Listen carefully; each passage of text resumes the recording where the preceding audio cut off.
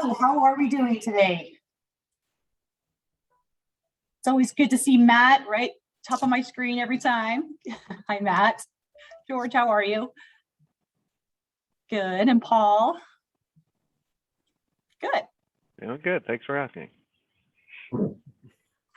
Well, it looks like people are still joining, but we're going to go ahead and just jump right into things. We appreciate your time today, and as always, want to be respectful of it.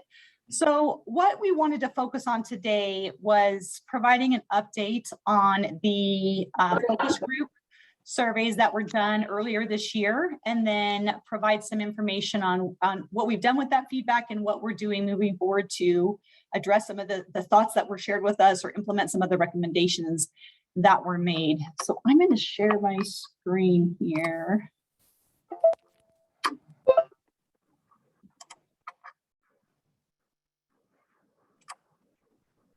All right, can you all see that? Okay, someone's nodding, so that says yes. Okay, so we did these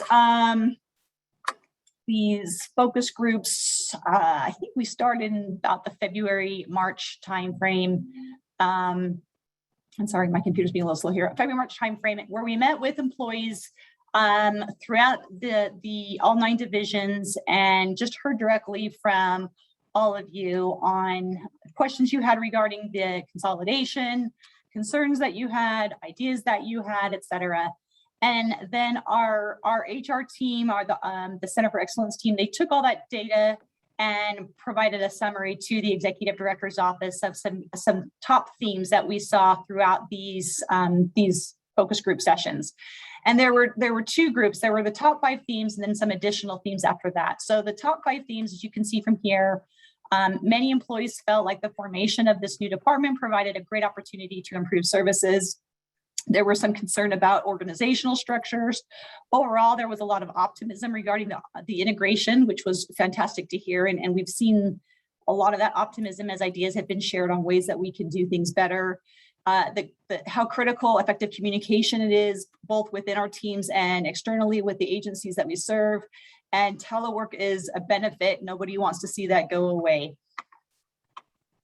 And then on additional themes and topics, some of the additional thoughts that came through was the desire to break down some of these silos that we have between divisions, a desire to increase opportunities for professional development, not knowing when changes cause some apprehension. They appreciate the communication. There's some concern over rate structures and budget, concerns over promotional practices, some concerns with supervision and management support, and just overall this feeling that improving employee engagement can really benefit our organization in the long run.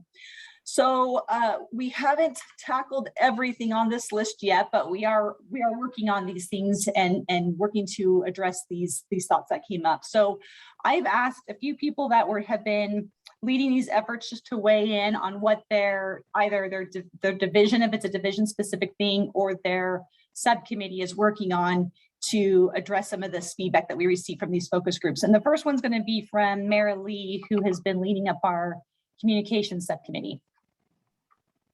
Thanks, Jenny. So communications is really an exciting place to be working right now, because what we're finding is that communications just touches everything. And what we heard back from our employees is that internal communication is absolutely critical to you, and you have appreciated the efforts that have been made thus far in terms of trying to keep you updated and involved and also engaged in what's happening. And I can't tell you how many great suggestions we've had, suggestions that we are incorporating. Now the communications team needs to make sure that you're hearing about those things that we're incorporating and that we keep this momentum going. The communications team started an intranet, and for sure we will continue to keep that moving ahead.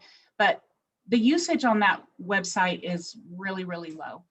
And so I think what we're coming to understand is that that's not your preferred method of having information communicated to you. And so over these next weeks and months, we're going to be trying to figure out what the best way to get information to you and from you is. We will continue with these focus groups. The focus groups are now going to have different themes. So this next round of focus groups will be talking about what processes do you see in the areas that you touch that can help us? What are the things that you would like to call to our attention that you feel like efficiencies can be gained? We will tap on this resource for lots of different kinds of topics, not just process improvement, but for many things to have you help us solve our greatest challenges. We need to find better ways to communicate with those employees who don't have computers, who don't have state email addresses. They are as important to us as every other employee, and we need to make sure that they know what's happening and that we are hearing the feedback that they would like to give us. So internal communication will continue to be a huge focus. As DGO has lived through its first 2 months of life, one of the common things that we are discovering is certainly there are processes and efficiencies that can be modified and tweaked and flat out blown up and changed. But we're also finding out that some of the issues, challenges, opportunities that we have internally are not being communicated well enough. Let me give you a great example. I am looking into this very little camera on my laptop when I would prefer to be looking at you from my great big monitor that's sitting black on my desk. The reason I have a big monitor sitting black on my desk is because I am an Apple user and have been for many years. It's my computer of choice. However, when I was given the opportunity to choose a laptop, I was met with a DTS representative that was willing to do backflips to give me whatever I wanted and didn't communicate with me that my choice of an Apple was going to cause them great consternation and that it wasn't easy to bring my Apple into all of the systems and coordinate and it just caused all kinds of problems, and troubleshooting was one of those issues. And my Apple doesn't talk to my beautiful monitor very well. That's just one situation. Had I known that, I would have said, forget it, I'll just use a Windows machine. I want to tip my hat to the DTS folks whose focus was, you know what, we want you to be happy. We want you to have the work environment that you want. But the truth is, had I known that, I would have made a simple decision to make their lives easier. And so it's just kind of a breakdown in communication. And that happens with our customers. It happens with the legislature. It happens with the governor's office. Currently, Jenney sends out a monthly communication to our legislative committees and helps them understand some of the things that we're facing, just so that they're aware and they know, and things aren't being brought up for the first time in a legislative hearing and they're upset that they're hearing about it for the first time. I have a DTS hero right now who's come to look at my black screen. But these are the kind of external communication kinds of things that we're going to be talking about. So we want to make our customer experience the very best that we can, but we also want to improve on both our listening skills and hearing back from our customers what their pain points are, what the root problems are, not just what the symptoms are, and help them understand some of the things that we're facing. Are they in the addendums only? Austin, can you mute your? No, I think Dana will post that information. So I don't. Melissa, can you mute other people? Oh, sorry. Thank you. It's the new world that we live in. anyway, those are the things that have really come to the surface over these last 6-7 weeks that we have been an agency. And the communications team now, the transition team has now morphed into an ongoing communication team that is made up of one person from each division within government operations. And therefore, every division's voice will be heard. And we're going to be working a lot more on cross-division solutions and all putting our heads to the issues that face us. I hate the word issue. I think of it more as opportunity. But anyway, that's where our focus is. This team has just been formed and we'll be meeting bi-monthly. And we're just really excited to continue to update you as to what this team is doing during these town hall meetings. Thanks, Marilee. Thank you. So item number 10 under additional themes and topics was concern over rate structures and budgets. And Ken Hansen has been leading up our rate subcommittee or committee. So Ken, do you want to chat a little bit about what we're doing differently this year? Sure, Jenny, thank you. The concerns in the focus group report were fairly pointed, but let me provide a little context first. 7 of the 9 divisions in our department operate as internal service funds. And for those of you who are not aware, an internal service fund is an agency that charges a rate for the services it provides.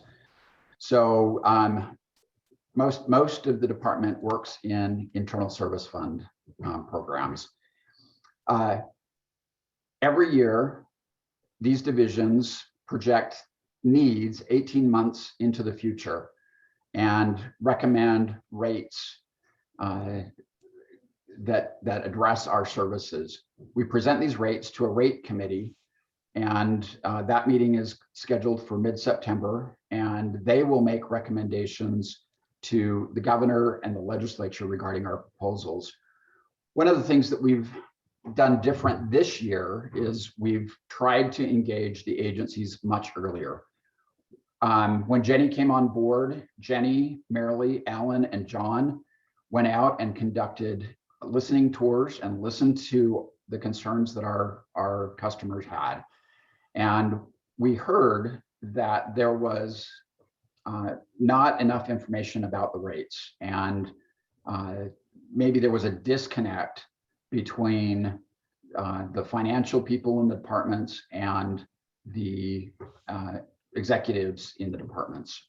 So we changed up the process, and Jenney communicated directly with members of cabinet about some issues that we're trying to address this year. And then on July 14th, we held a meeting with agencies, and that included finance people and the administrative people from divisions and the department levels, and talk to them about each of our internal service fund programs and what we were expecting this year. And we've asked them to provide us feedback. We've communicated with them through email, and we reached out to them individually to ask if they wanted to hold meetings to talk about how our rates were going. The comments in the focus group report were fairly specific, and I want to address those, Jenney, if I can have just a few more minutes. There was a concern that rates aren't keeping up with the demand for quality services. And this has been a perennial tension that we've experienced. The legislature does not automatically fund rate increases that we recommend. Usually they do, but we had an experience back in 2016 when the legislature decided not to fund rates, and that created a real problem for our customers.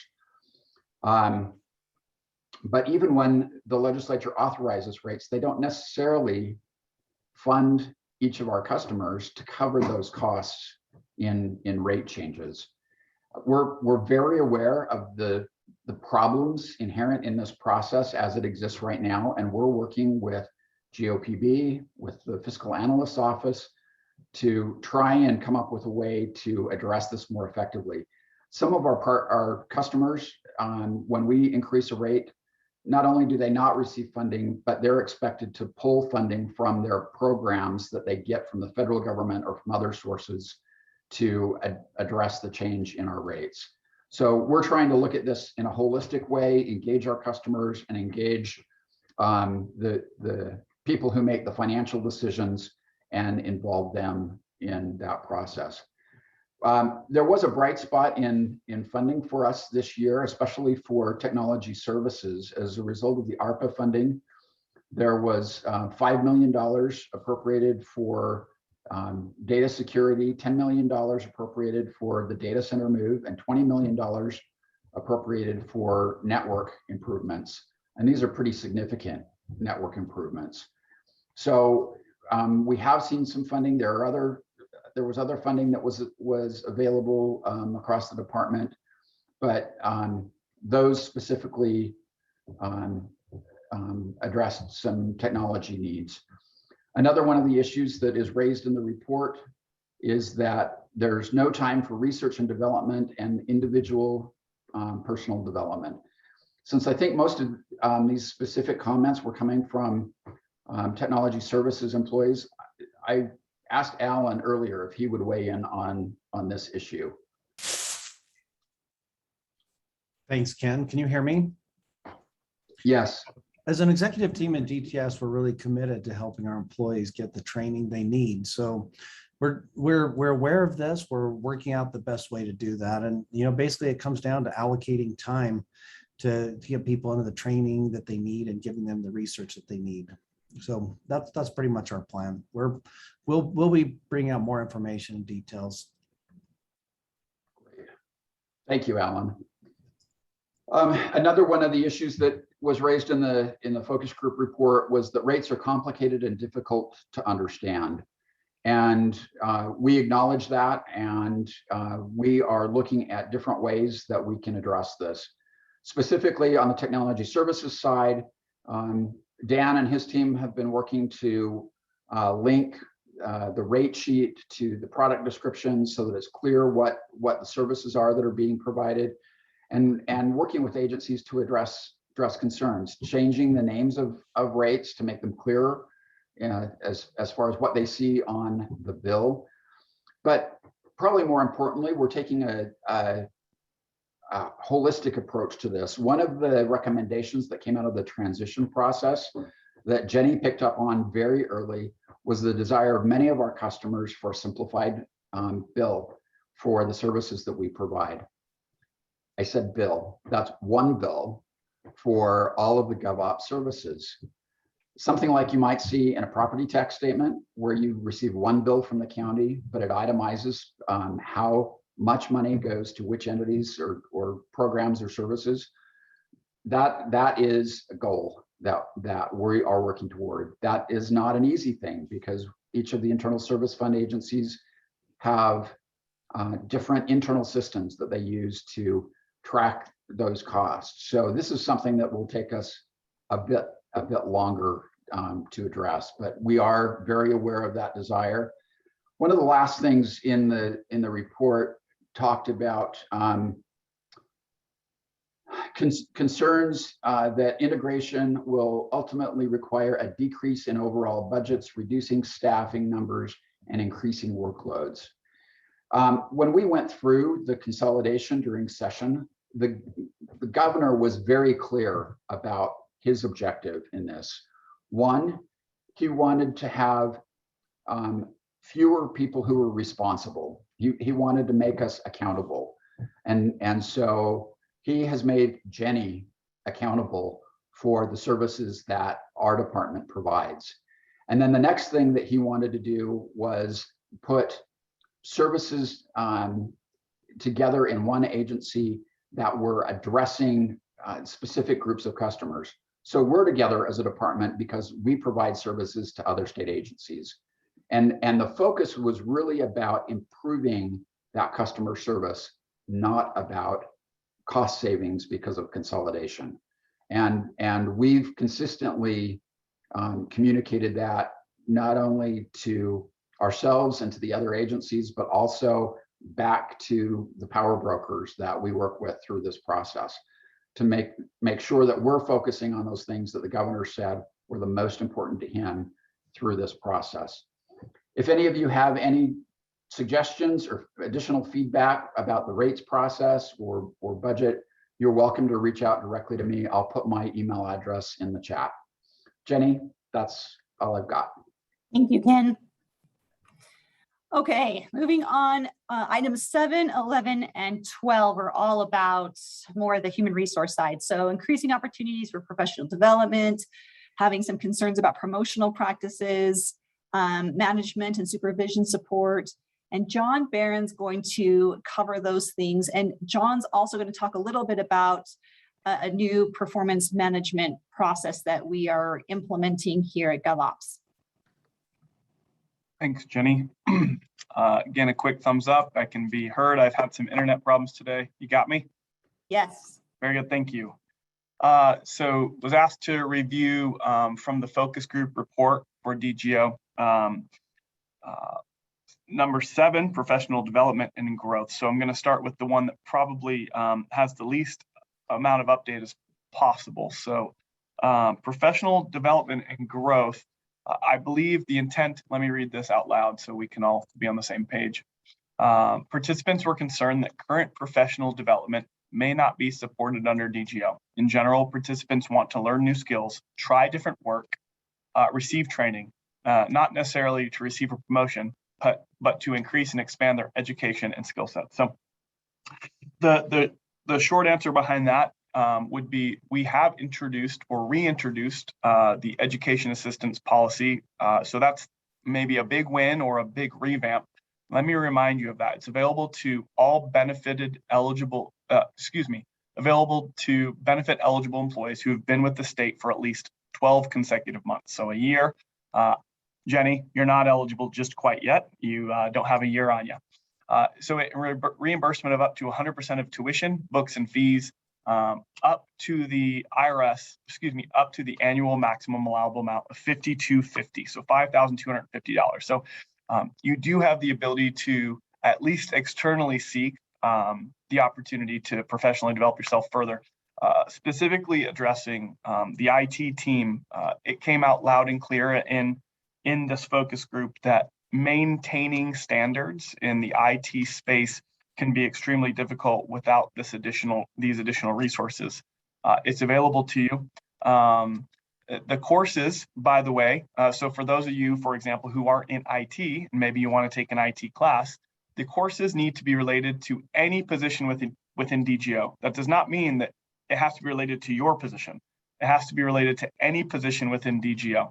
So Director Rees, as well as the rest of DGO EDO, decided they want employees to be able to take courses to help them prepare for any position within the Department of Government Ops. So big win there. Also, I feel comfortable saying we are going to honor any educational assistance agreements that were in place under current policies, as we've now combined them through the HR team. So you don't have to hold up your registration for next semester. Short of that, which that's a big win, investing $5,000 potentially a year into every employee, I do still think that we have a way to develop this further. I know that we are the HR team that supports the whole state, but we also have the opportunity within DGO to continue to develop that even internally. So I will ask, as you've heard me say a time or two, for a little patience in this regard, professional development and growth. We've offered you the ability to solve it, quote unquote, quickly and financially. We will continue to grow this internally, which gets to probably the next point, performance management. The reason why you haven't seen the leadership and development team run to solve this is because we prioritized what we've called, or what we're calling number 12 here, inexperienced or inadequate supervisor supervision and support. So what we've been working on pretty strategically for the last 3 months, this small but very educated and very qualified group of professionals in the LOD team is rolling out our performance management system. I'm going to share screen for half a moment. I think you've seen it, but I want to make sure, first of all, it doesn't blink because it was blinking earlier. Can you see the seat framework, the big wheel? Yeah, I see Jenney. Okay. So you've seen this, you've learned a little bit about it, but you probably haven't gotten into it yet. First and foremost, we are solving the inadequate supervision and support by introducing a performance management system. So I'm solving two of these conversations here. We last week formally announced the goal setting expectations.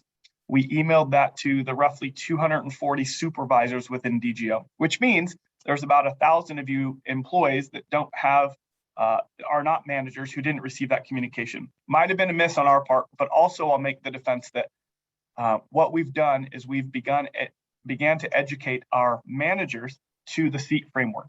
So to be very clear, this year, the expectations from DGO, EDO, which includes every person in here, formerly DAS, DTS, DHRM, that you participate in the goal setting framework that we've introduced. We've asked that every employee has at least one goal associated with the behaviors that I'm showing you. Your managers are currently being trained on how to introduce that. So for those of you who may not have seen this or may not have seen the training, we invite you to get with your manager and develop those goals. I like that pressure point. It requires a manager to employee conversation. So with development goals, there's one tied to the SEAT framework, which is the wheel we're talking about. And then one of them is tied to a task or a project that you know you'll be working on over the next year. What it also introduces is a more aggressive coaching and quarterly progress review. So we've been told by you more than one time that we are not given enough feedback, that us as employees in DGO are not given enough feedback. So we are coming aggressively, inviting our managers to coach monthly with strong quarterly updates that we can actually track. So really phenomenal principle-based. What you're not hearing me say, and just to overstate, is you won't hear us talk a lot about UPM. A lot of people have visceral responses to UPM. While it's a tool that we built internally, it should be shared publicly that we are openly shopping for a new system. It will not happen in the next 6 weeks. It probably won't happen in the next 6 months. So another one where I need to ask for your patience. We're building performance management and growth on these principles, on competencies, on projects. So lean into this. Again, overstating one more time, managers have been invited. I believe Dan Chase's group is hosting 10 separate webinars, live sessions. I believe Melissa Brown sent those invites out. So every manager make time to go to that. And this is my plea that all the other employees in DGO are begging for this. So it's now the manager's responsibility to get us there. Lastly, and the last point worth talking about was promotional practices. So it was listed in the cultural report, in the focus group report, that promotions seemed unfair. I will acknowledge that there have been some discrepancies within even policy or even the way that it happens. I think this is about the third or fourth time that I am mentioning it. What I'd like to say to this is that I believe that if we land this performance management the right way, we'll be able to identify who is deserving or worthy of promotions and increases, right? The first step of getting promotional practices on the right page is ensuring we're all on the same page. And up until now, we haven't been. What that doesn't mean is that effective today, we're all on the same page and every promotional practice should be the same. What it means is over the next year, we will iterate this. So that was a long-winded way of saying we haven't actually gotten into the policies, tying them together to the promotional practices. It has been a thorn in our side. And my last cheerlead to that is, while I'm the HR guy for the state, while I'm in charge of the state or the obligations to the executive branch, I also want to make sure that we start really influencing and making sure we know the name Cass Hart, who is our HR field director for DGO. So when it comes to these promotional practices, after this call, she knows, I think at 1 o'clock, it'll be Cass. We should probably formulate a plan for this. So if you don't know Cass Hart, while I'm happy to connect with you, Cass Hart is HR for DGO, and she'll be the one help driving these promotional practice updates in the coming months. I'll leave that right there. Take any questions regarding professional development and growth, promotional practices, and inadequate supervision and support tied to the SEAT framework and where we're moving for performance management. What do you got, team?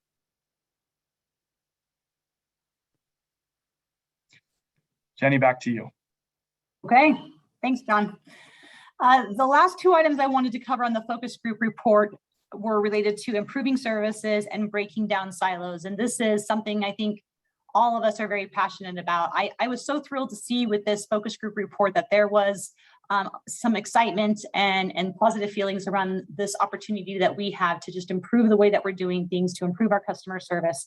So I wanted to give you some insight into a few things that we're working on right now. The first one is we do have an operational excellence team within DHRN, and that team is made up of professionals that their whole background and their skills are related to looking at processes from a customer perspective, from an employee perspective, from a process perspective, and making recommendations on how we can do things better.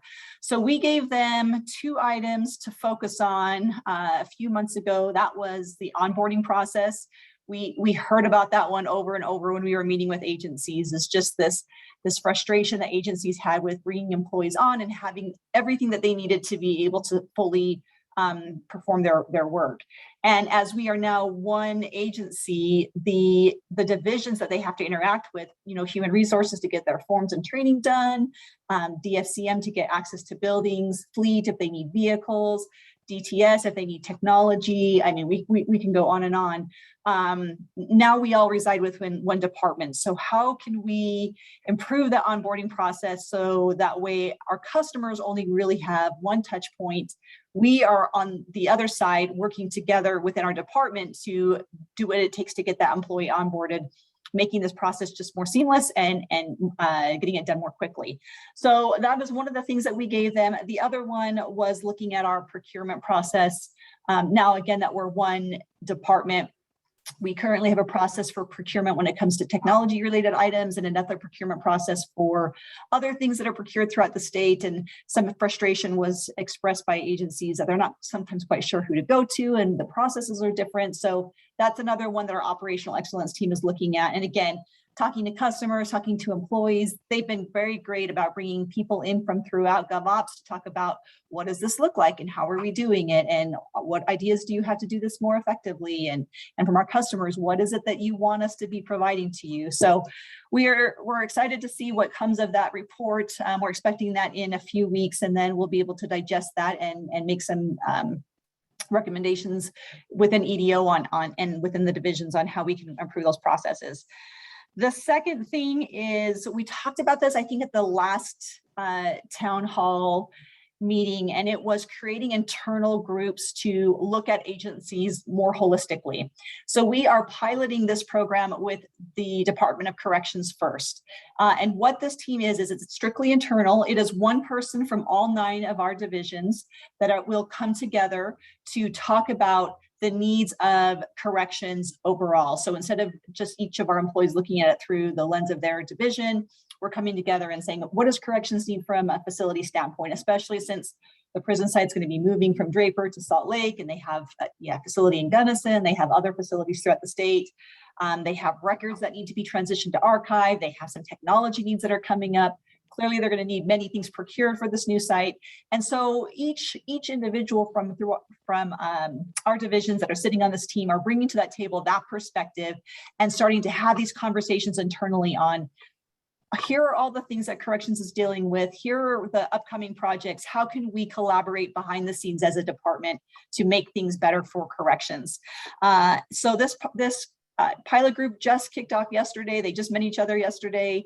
I spent about 20 minutes with them, just letting them know what we are hoping to gain from this experience and giving them really a lot of autonomy to figure out how often do they meet and how will this be structured? How should it be structured moving forward as we start implementing these internal teams for other agencies?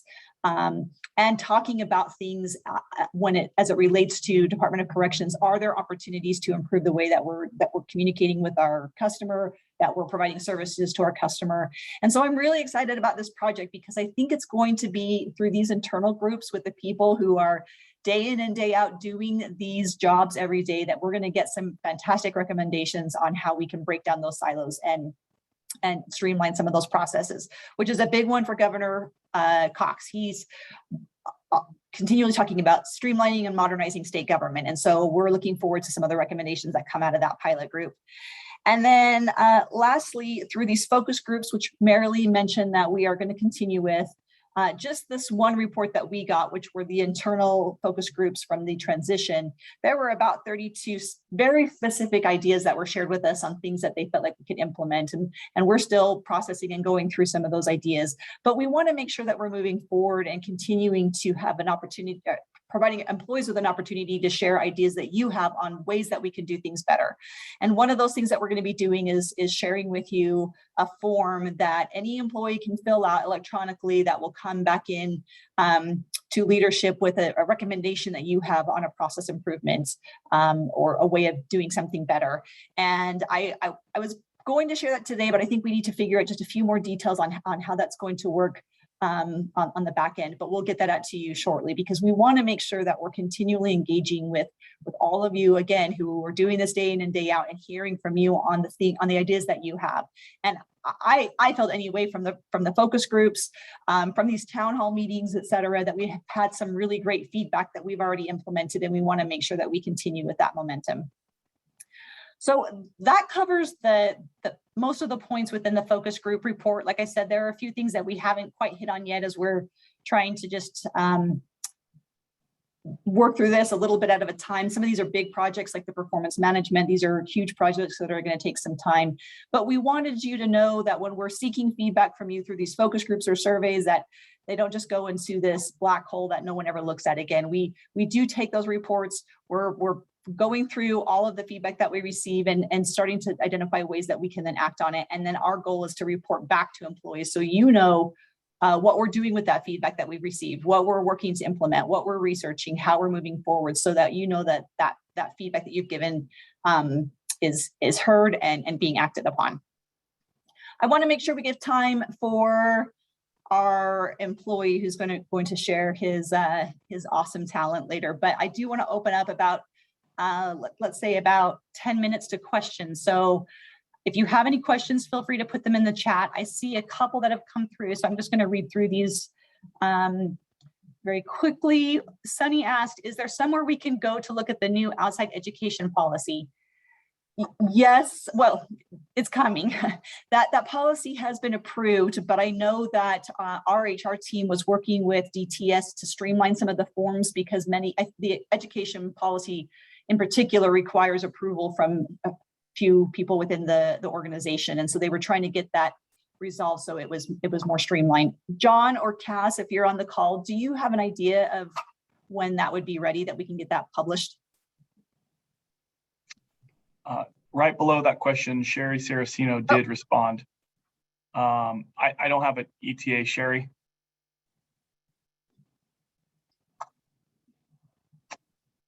Yeah, sorry. Okay.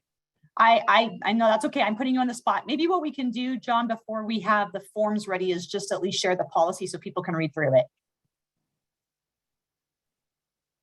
Copy that. Okay. Thank you, Sherry. What is that new shiny thing on John's left hand? Someone's asking. Wow. It's the first person to notice. Yeah, I got married last weekend. So congratulations, John. sneaky, whoever, Trish Anderson. Apparently it must be shiny if it is taking away from the brightness of your teeth that we usually get. Thank you, team. It's great to be a wed man. Congratulations. I have had the pleasure of meeting Rachel, and she is fantastic. John's now wife. Let's see, someone asked, so for any course to develop professionally, we need to be in DTS for a year minimum. John, you can clarify. I think it's with the state. Is that correct? Oh, you're on mute. I do. It is with the state. Thank you. Okay. Okay. So not a particular division, but with the state, you have to have been a state employee for at least a year. So as John mentioned, I'm not eligible and neither is he. Oh, Sherry can't unmute. Okay, she's meeting with DTS next week. Lots of congratulations, John. Thank you. Let's see, is there currently any idea about what those quarterly meetings with supervisors will include? Dan Chase, are you on? I am speechless because I thought you were still just engaged. But yeah, let me take a stab at this. The quarterly meetings are no different than the monthly meeting. Other than the quarterly meeting, you'll notice the language is different in the AAA that you receive for that quarterly meeting, that month, that third month. And it'll say, please get, I forget the exact language, but it'll say something to the effect of, you need to give your employee what we're calling an on-track rating, meaning right now, if the performance year were to end, are they on track to be successful or unsuccessful? That's all it is. So that we want coaching conversations every month, but that's really the only difference in that quarterly meeting. Is an acknowledgement of how they're doing. So no big deal, honestly, but really important. Thank you, Dan. Any other questions? Someone asked, what happened to the rural incentive for employees to move to rural areas in Utah? It's my understanding that that was a DTS specific policy, that incentive didn't exist within DAS or DHRM. So as we went through this process, what we looked at was all of the policies for all three of the departments and merged them into one. And some of those changed and some of those were pulled out. Right now, we're not offering an incentive for employees to move to rural Utah. I'm not sure how many individuals were utilizing that. There was some concern from people who already lived in rural Utah that they didn't qualify because they weren't moving. And so we were trying to align the incentive structure for a new department overall and focusing on those things that we felt would bring the most benefit to all employees across the entire department. So I don't know the details of what that one was within DTS. Employees are still welcome to move and live throughout Utah. The teleworking is here to stay, remote working is here to stay, and we'll make sure that you have everything that you need to, but we won't be providing a financial incentive to move.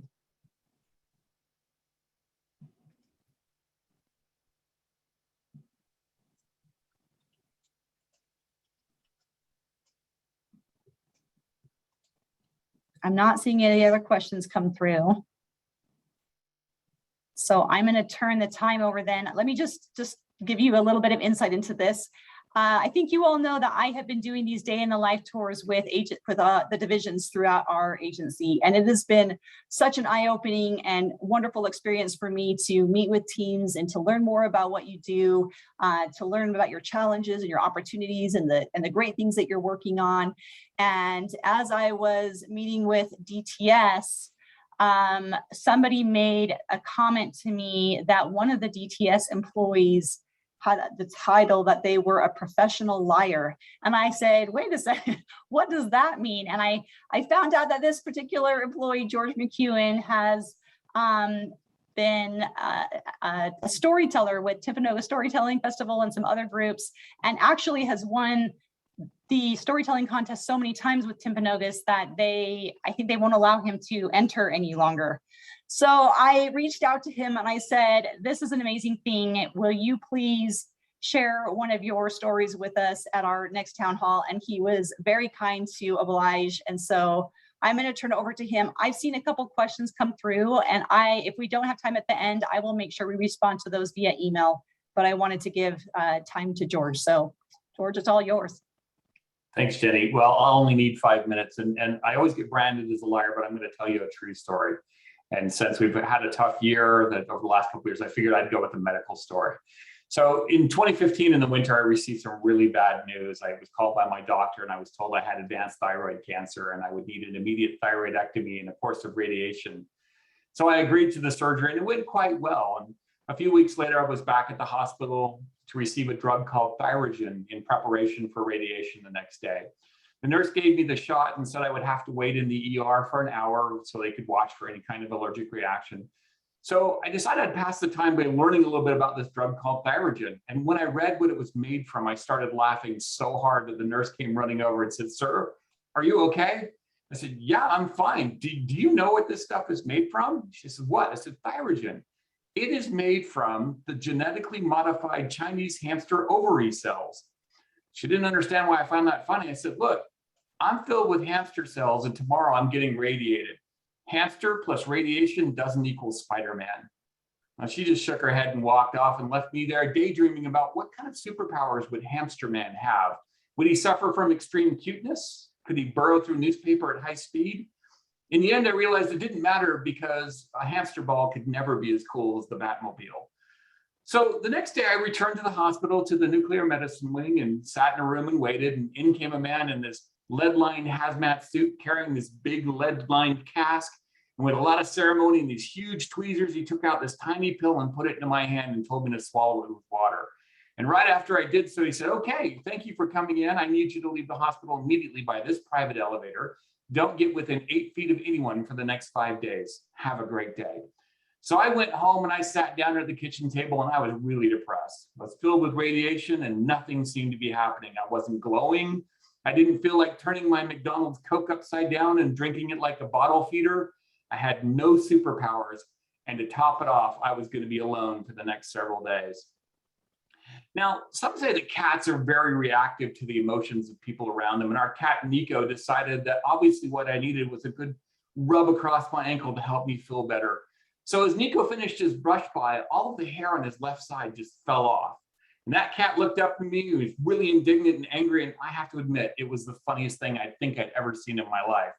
And I was laughing so hard that the dust and the cat hair got up into my nose, and he got his revenge because I had to sneeze. But instead of a regular hachoo, it came out as a kaboom. I was deafened by the sound, and even with my eyes closed, I was almost blinded by a brilliant flash of white light. And when I opened up my eyes, much to my surprise, there rising off the kitchen table was a 1-foot-high atomic mushroom cloud. I was so shocked that I didn't realize I had burned off one of my eyebrows.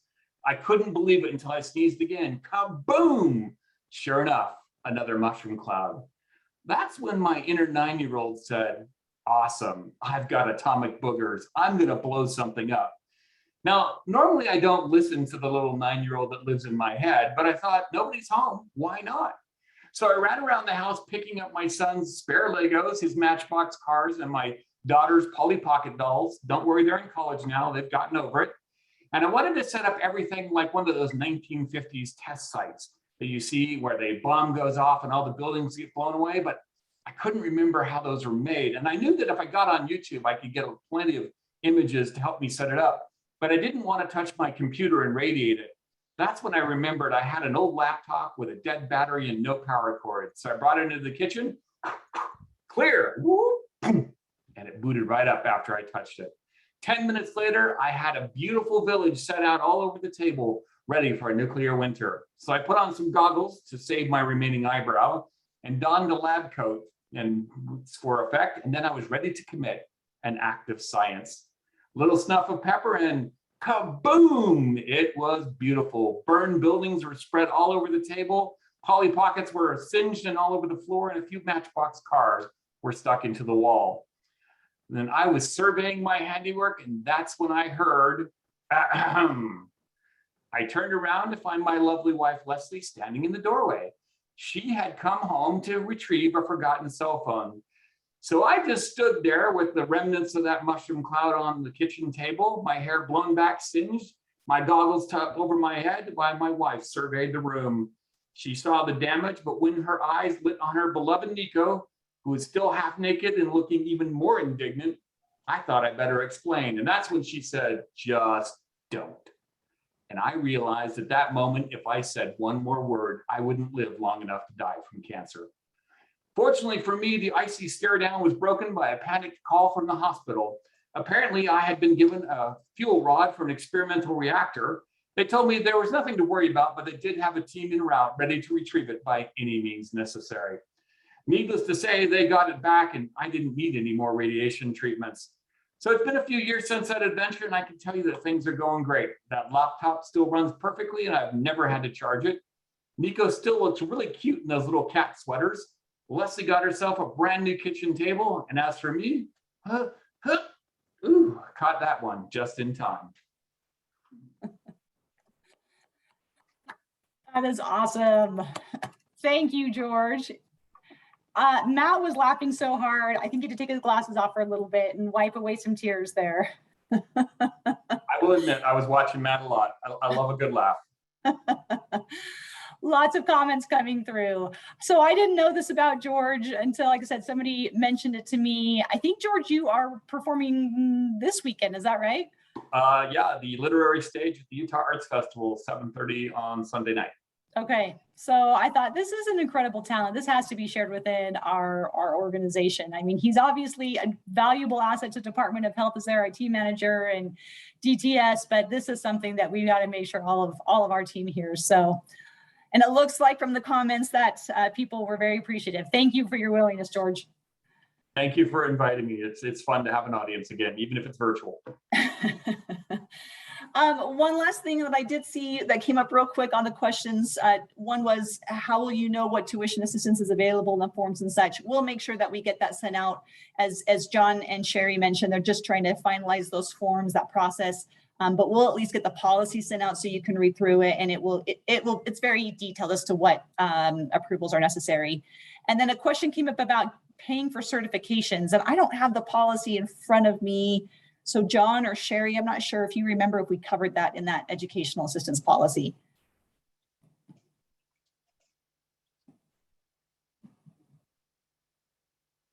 And they're not coming back on. So I will find out, and I'm going to be doing an email out to the group just so that way anyone who's not able to join our call gets this update as well. And I'll make sure I get an answer to that and include that in the email. All right.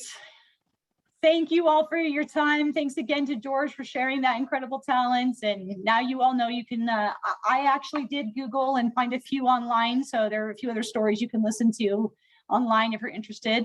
We'll have our town hall again next month. Feel free to send questions through the internet in the meantime if you have them. And have a great rest of your day. Thank you.